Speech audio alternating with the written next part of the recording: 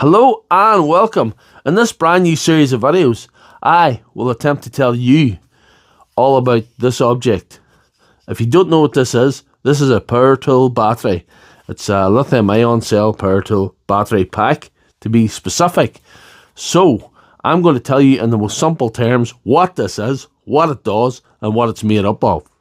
This is not a video to show you how to repair a battery. I've got loads of those on my channel if you want to view them. This is a video to break it down, really basically what this is.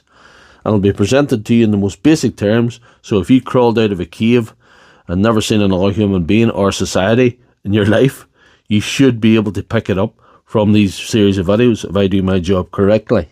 Part 1. What is a power tool battery pack?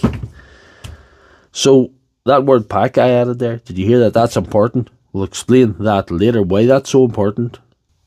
Maybe become more apparent in the next video or two. The definition of what this is, it's a portable, rechargeable pack of stored energy designed to run a power tool wirelessly. That's what it is and what it does.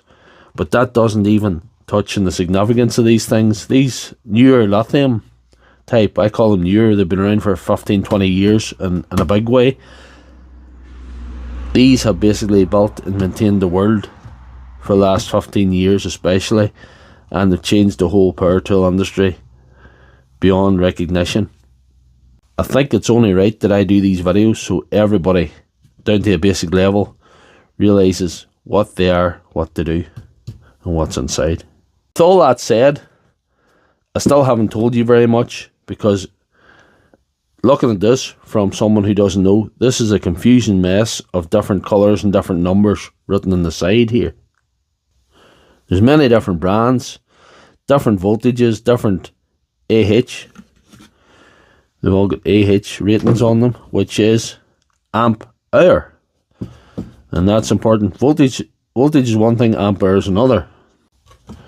They've all got this information stamped on them somewhere, or written on them somewhere. 5 ampere, 18 volt, 90 WH, which is watt hour, and LI ION, that's lithium ion.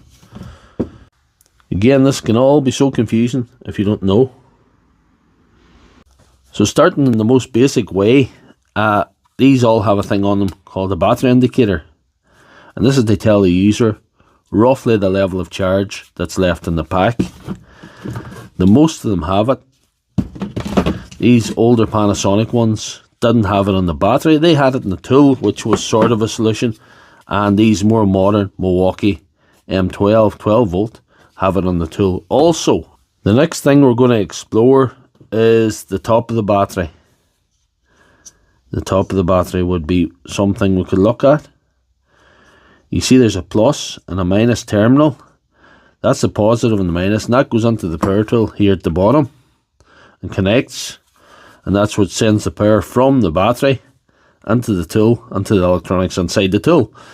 Also, there's extra additional terminals on each of these. See, there's a plus and a minus in that one. There's 3 terminals in that one. There's always additional terminals. Sometimes 3, sometimes 4, sometimes 5. You know, this has got a whole pile of stuff there as well. And these are the 2 terminals, this wee one, and it's got these other sensors as well, sensor terminals. We'll call them, for easy understanding, sensor terminals. There's the plus and the minus, then there's the additional sensors. These tell the charger when to stop charging. If it's signaling this battery's fully charged, it'll stop charging. And if it's getting too warm or something, it'll stop charging. There's sensors for that.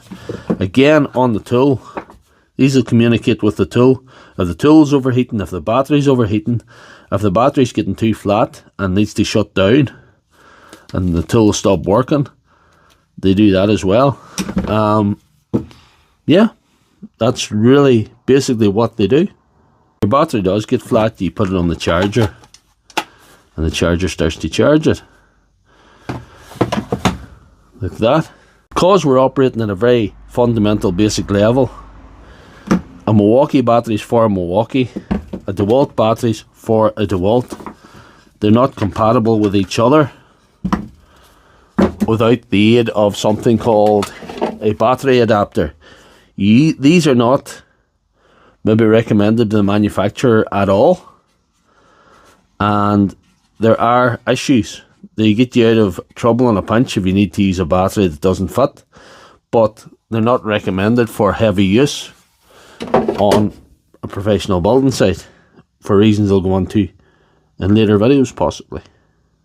So back to my point, the batteries are not interchangeable easily within different brands. You can't go and put that Makita onto a Milwaukee or vice versa.